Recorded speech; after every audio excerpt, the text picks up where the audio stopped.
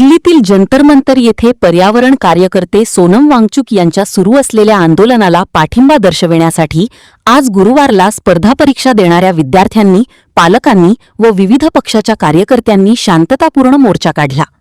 हातात तिरंगा आणि विविध मागण्यांचे फलक घेऊन सहभागी झालेल्या विद्यार्थ्यांनी लोकशाही, संविधान, अहिंसा आणि पर्यावरण संरक्षणाचा संदेश दिला। डॉक्टर बाबासाहेब आंबेडकर यांच्या पुतळ्यापासून जुने बसस्थानक परिसरातून या मोर्चाला प्रारंभ झाला। हा मोर्चा नेर शहरातील प्रमुख मार्गावरून मार्गक्रमण करत सराफा लाईन, बारीपुरा, पोलीस स्टेशन या मार्गाने नेर तहसील कार्यालयावर पोहोचला। नेर तहसीलच्या तहसीलदार पुरुषोत्तम भुसारी यांना निवेदन देण्यात आले। यावेळी राहुल ठाकरे, जाफर एन खान, बापूराव रंगारी, रत्ना मिसळे, विद्यार्थी, विविध पक्षाचे कार्यकर्ते उपस्थित होते। यावेळी विद्यार्थ्यांनी विविध घोषणा दिल्या। मोर्चादरम्यान विद्यार्थ्यांनी शिस्त व संयमाचे दर्शन घडविले।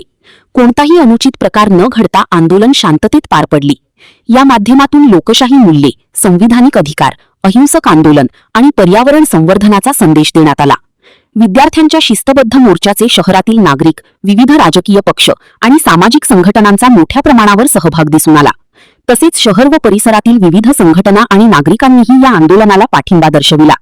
विद्यार्थ्यांच्या उत्स्फूर्त सहभागामुळे नेर शहरातून सोनम वांगचुक यांच्या आंदोलनाला प्रतिसाद मिळाला। केंद्रीय शिक्षण मंत्र्यांच्या राजीनाम्याची मागणी। देशभरात वारंवार घडणाऱ्या प्रश्नपत्रिका फुटीच्या घटनांमुळे विद्यार्थ्यांचा परीक्षा व्यवस्थेवरील विश्वास डळमळीत झाल्याचा आरोप आंदोलनकर्त्या विद्यार्थ्यांनी केला। या प्रकरणांची नैतिक जबाबदारी स्वीकारून केंद्रीय शिक्षण मंत्री धर्मेंद्र प्रधान यांनी राजीनामा द्यावा अशी मागणी करण्यात आली।